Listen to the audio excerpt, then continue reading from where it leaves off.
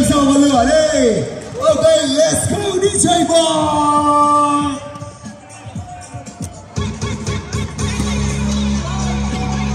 Ra trước đẹp trai.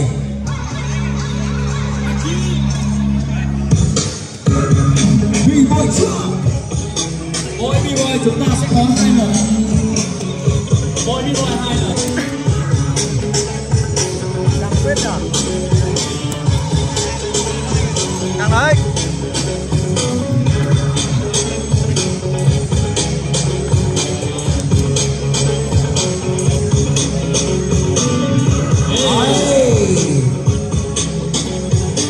B-boy trong.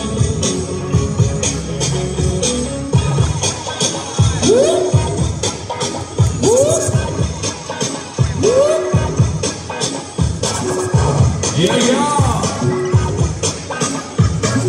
B-boy FE. Yeah. Come on, come on, come on.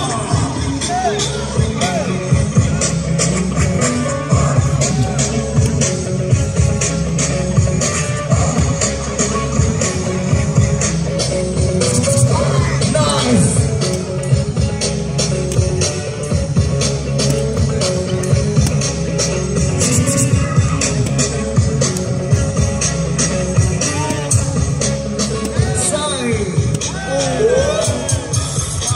Round 2.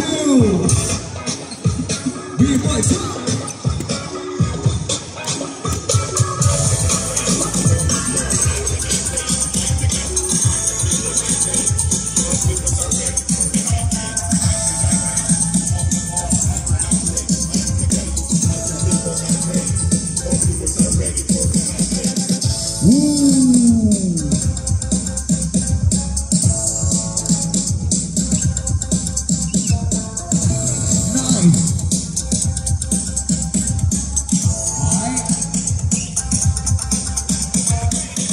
Yeah, B-boy FE, let's roll.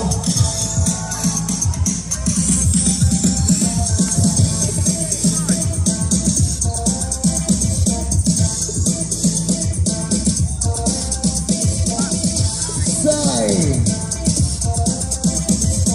nice. Come on, come on, come on. Yeah. Okay. Và đó là trận đấu đầu tiên. Okay, and just 3, 2, and 1. B-boy Jack winner.